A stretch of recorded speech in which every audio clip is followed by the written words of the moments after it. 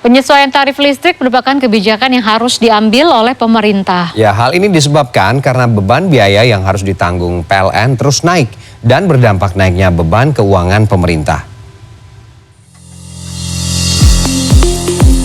Untuk menjaga tarif listrik tetap sejak tahun 2017 hingga 2021, pemerintah telah menggelontorkan 243 triliun rupiah untuk biaya subsidi listrik dan 94 triliun rupiah sebagai dana kompensasi listrik. Melonjaknya harga minyak dunia menembus $100 per barel membuat pemerintah harus menanggung beban subsidi dan kompensasi listrik yang lebih besar lagi di tahun 2022 ini.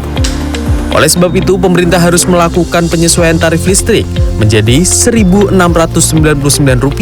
atau naik sebesar 17,64%. Untuk ICP atau harga minyak bumi yang sampai saat ini kan berkisar masih 100.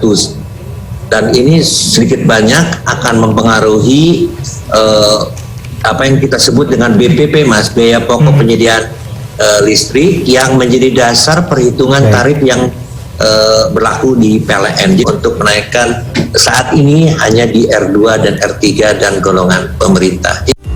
Penyesuaian tarif pada sekitar 2 juta pelanggan golongan rumah tangga mampu dari total 83 juta pelanggan PLN di Indonesia itu akan mengurangi beban APBN tahun 2022 sekitar 3,1 triliun rupiah. Hal itu sama dengan proyeksi beban biaya subsidi listrik yang harus dikeluarkan oleh pemerintah pada tahun 2022. Memang, masih ada beban biaya kompensasi yang harus dibayarkan oleh pemerintah. Tak kurang dari 21,4 triliun rupiah harus dibayarkan oleh pemerintah kepada PLN sebagai biaya kompensasi penyediaan listrik.